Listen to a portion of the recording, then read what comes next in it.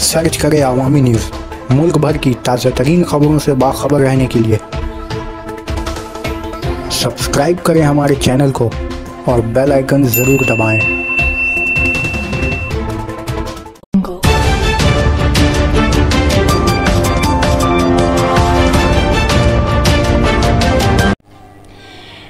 तालिबा की सड़ी गली लाश मिलने पर मंगेतर पर शक की सुई घूमी।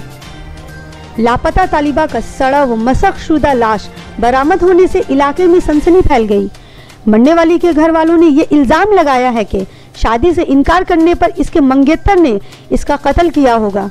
जुमा की शाम को मालदा के रितवा थाने के सामने शमसी कॉलेज मोड़ के इलाके में धान के खेत से इसकी लाश बरामद हुई। इस पर इसी इलाके के लोगों ने इकट्ठा होकर इस लड़की के कातिल को सजा दिलवाने के लिए मुजाहरा भी किया। पुलिस ने इस लड़की की लाश को कब्जे में ले लिया और मालदा मेडिकल कॉलेज में पोस्टमार्टम के लिए भेज दिया। पुलिस जराये के मुताबिक मकतूला का नाम रजीना खातून उम्र 21 बरस थी। बाप का नाम अनीसुल रहमान है। मकतूला रितवा इलाके के उत्तर साहा की रहने वाली थी और शमसी कॉलेज की तालिबा थी और 2 साल पहले खाटखोला के रहने वाले बापी शेख के साथ इसकी मंगनी हुई थी। वो फौज में है। नौजवान ने नौकरी हासिल करने से पहले रजीना के वालिद से जहेज की रकम 10 लाख रुपए पेशगी लिया था और किसी दूसरी लड़की से रिश्ता इस्तवार कर लिया था। 15 दिनों पहले वो घर पर आया तो रजीना के घर वालों ने इसे पकड़ लिया और पंचायत में बुलवाया, जहां इसने मामले को अपने हक में करके दूसरे दिन रजीना को हंसी खुशी बाहर ले गया। उसी के बाद रजीना लापता रही और वो फरार। अब रजीना की सड़ी गली लाश मिली। বলার মতো কোনো ভাষা নেই আমাদের প্রত্যেকেরই বাকরুদ্ধ। কারণ গত 14 তারিখ আমার পাড়ারই এক মেয়ে, যাকে ছোট্ট থেকে বড় হতে দেখেছি, তাকে পাওয়া যায় না, পাওয়া যাচ্ছে না দেখে বাড়ির লোক থানায় যায় এবং আইডেন্টি করে দেওয়া হয় কোন ছেলে তাকে নিয়ে গেছে শামসিতে। যে ছেলের সঙ্গে ওর রেজিস্ট্রি বিয়ে হয়ে গেছিল, কদিন পর বিদায়ী অনুষ্ঠানও ছিল, কিন্তু পরবর্তীতে আমরা জানতে পারি ছেলেটির চোরে চারিত্রিক দোষ আছে। সম্প্রতিও ভারতীয় সেনাবাহিনীতেও চাকরি পেয়েছে এবং চাকরির নাম করে তার হবু শ্বশুরের কাছে বহু টাকাও নিয়েছে। মেয়েটাকে নিয়ে গিয়ে সে ধর্ষণ করে সেখানে খুন করে এবং প্রতিবেশীরা এবং সমাজের লোকরা ছেলেটাকে সেদিনই তুলে দেয়। তবুও 5 দিন ধরে মেয়ের কোনো হদিশ পাওয়া যায় না।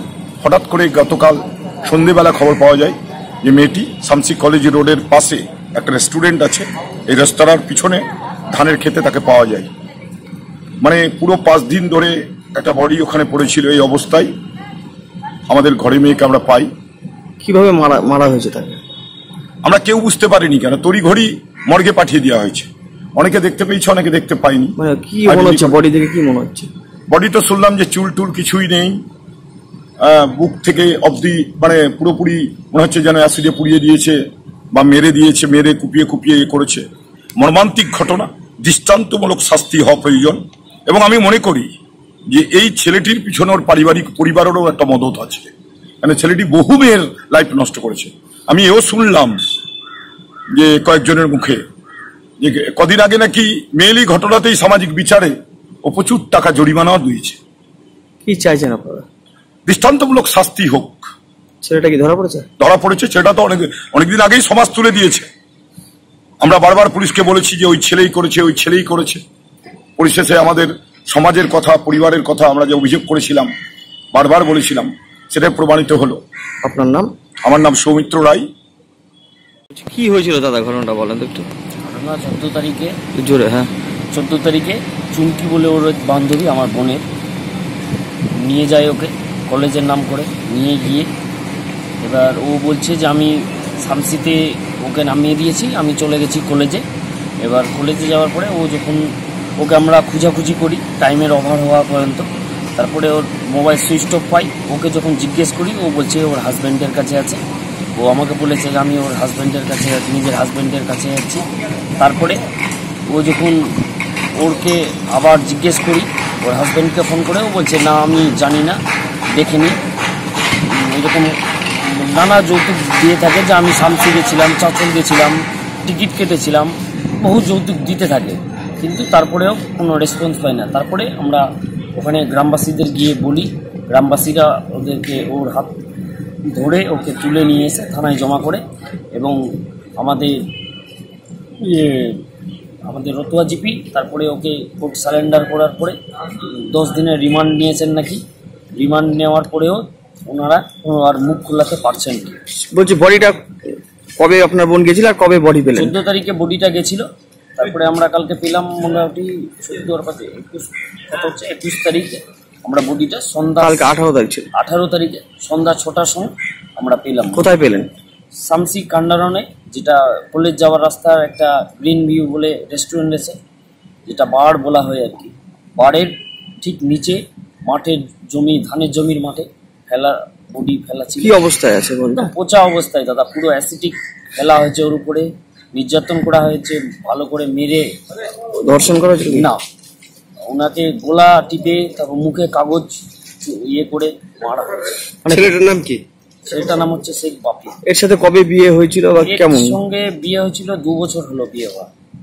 চাকরির আগে ওর চাকরির নাম করে বহু জল্পনা করে আমাদের কাছ থেকে অনেক টাকা নিয়েছে। আমরা বহু জমি জায়গা বিক্রি করেও ওকে চাকরির লোভ দেখিয়ে আমাদের কাছ থেকে টাকা নিয়েছে। আমরা চাকরির লোভে ওকে টাকা দিয়েছি, মোটামুটি 20 লক্ষ টাকা ওকে দেওয়া হয়েছে। মানে কিসে চাকরি করতে? ও ডিফেন্সে আছে, আর্মিতে। বলছি এই যে আপনার আরো মেয়ের সাথে সম্পর্ক ছিল বা? হ্যাঁ, ওনার এর আগেও একটা ওনাদের গ্রামে সালিসি সভাতে ওনার জরিমানাও করা হয়েছে। ওই গ্রামের ওনাদের সবাই সালিসি সভা বসিয়ে, মানে বিয়েটা কি পুরোপুরি ভাবে হয়েছিল না রেজিস্ট্রি হয়েছিল? বিয়ে পুরোপুরি হয়নি না, ওনার সঙ্গে ওনার থাকার বাড়ি ছিল না বলে বিদাগিটা নিয়ে যেতে পারেননি ওনারা। আমাদের দিক থেকে কোনোদিন বাধা পড়েনি। ওনারা কি মনে করছেন কে মেরে ফেলেছে? ওই মেরে ফেলেছে। থানায় জানিয়েছেন? থানা জানিয়েছি। কি চাইছেন আপনারা? আমরা ন্যায্য বিচার চাই, যেন এরপরে এই রূপটা যেন কারো বোনের না হয়, বা আমি না চোখে দেখতে না পাই যে কারো বোনের হয়েছে। আমার বোনের যে দৃশ্যটা চোখে দেখছি, চোখ থেকে জল পড়তেই যাচ্ছে। আমি নতুন করে দেখতে যাচ্ছি না। আমার নাম শেখ রোহেল।